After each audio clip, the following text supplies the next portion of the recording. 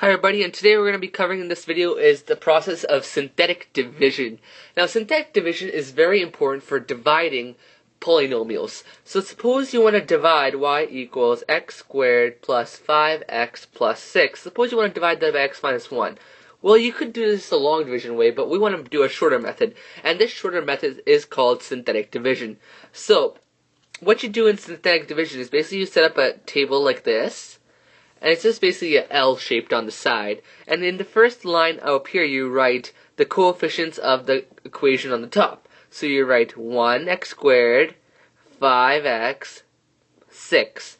And then here you write a k value. Now what that k value is, it's the denominator which you're dividing it by. It's going to be x minus k.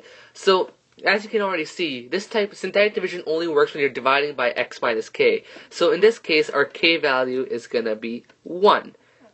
So now what you have to do, you always bring the first number, you always bring it down regardless. So you bring that one down. Then what you do 1 times 1. 1 times 1 is 1, and you put that number here. Now you have to add those two numbers together. It's going to be equal to 6. And that 1 times 6 is 6. You add that number here, and 6 plus 6 is 12. Now what you end up getting is x minus 1 is what you divided by. Now you may be asking what this whole thing means right here.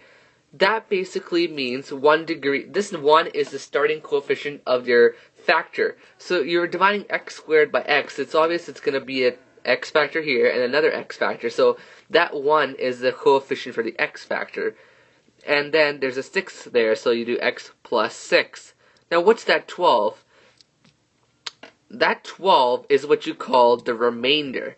If that had been 0, that would have been an even, it would have divided perfectly. So that is x minus 6 minus 12.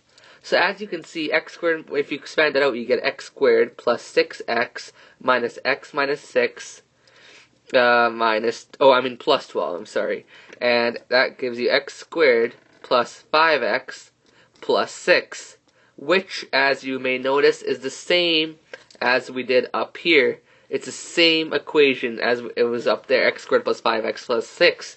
If we divide that by x minus 1, that is what you get. So that's a small example of synthetic division. And I'll do another example right here. Okay, suppose we're dividing y equals, let's choose a number.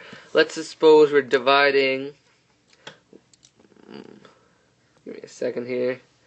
Y equals x squared plus 5x plus 6. Let's suppose we're dividing that by x plus 3 this time around.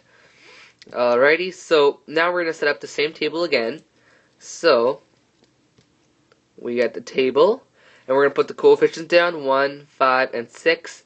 Also, a thing to remember is that suppose it was just x squared plus 6. If it was that, you would have to place a 0 in the middle, because all place values have to be accounted for. In this case, x minus k value, this puts your k value. In this case, k is going to be negative 3, because minus 3 gets you x plus 3. So k is going to get you negative 3 here. Alright, so the first number, again, you bring it down.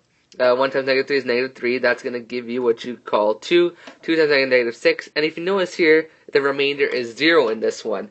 So the factor you're going to write on this one is going to be x plus 3 and x plus 2. And if you notice, if you expand those out, it will give you x squared plus 5x plus 6.